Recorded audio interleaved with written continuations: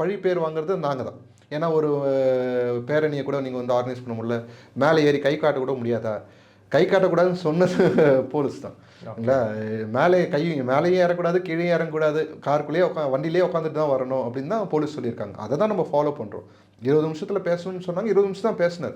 நம்ம அதை மீறியும் பேசல, அது கம்மியாகவும் பேசலை. போலீஸ் என்னென்ன நெறிமுறைகள் கொடுத்துருக்கோ அதை நம்ம ஃபாலோ பண்ணுறோம். எங்களுக்கு முன்னாடி போனது விஜயனோட வண்டிக்கு வாகனத்துக்கு முன்னாடி போகிறது போலீஸ் வாகனம். அந்த போலீஸ் வாகனம் நினச்சிருந்தா கொஞ்சம் வேகமாக அந்த பிரயாணத்தை கூப்பிட்டு போயிருக்க முடியும். ஜனம் இருந்தது, ஜனம் இல்லாமல் கிடையாது. அந்த கூட்டத்தை பார்த்து தான் இன்றைக்கி நிறைய அரசியல் கட்சிகள் வந்து என்னமோ எங்கேயோ மிஸ் பண்ணிட்டோமோ அப்படின்ட்டு யோசிக்க ஆரம்பிக்கிறாங்க. ஏன்னா வந்து இவங்க ஆளை காசு கொடுத்து தான் கூப்பிட்டு வர மற்ற கட்சியெலாம்.